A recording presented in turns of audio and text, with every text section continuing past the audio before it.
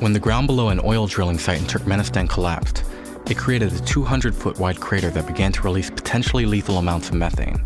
Scientists set the pit on fire, hoping to burn off the gas. It's been burning since 1971. What looks like an ancient relic of a forgotten city is actually the work of Italian sculptor Guido Galletti. The 8-foot-tall bronze statue was placed 50 feet underwater in 1954.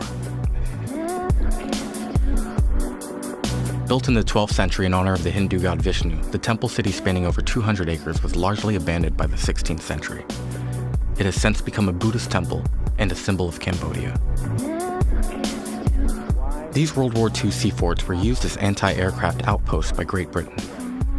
They were abandoned in the 1950s and taken over by pirate radio in the 1960s. Pretty much the coolest subway system in the world. Several Stockholm metro stations are built into natural rock caverns.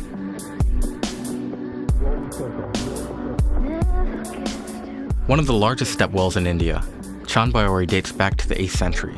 It contains more than 3,000 narrow steps over 13 stories and was featured in films such as The Fall and The Dark Knight Rises. This canyon was formed by basin runoff. Its shape comes from wind erosion, revealing wavy, twisted sandstone dating back to the Jurassic Age.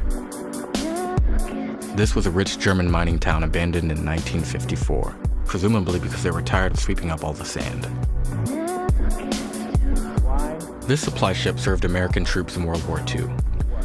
When it was decommissioned in 1972, it was sent to Homebush Bay in Australia, and since then a forest has taken residence in its empty hull.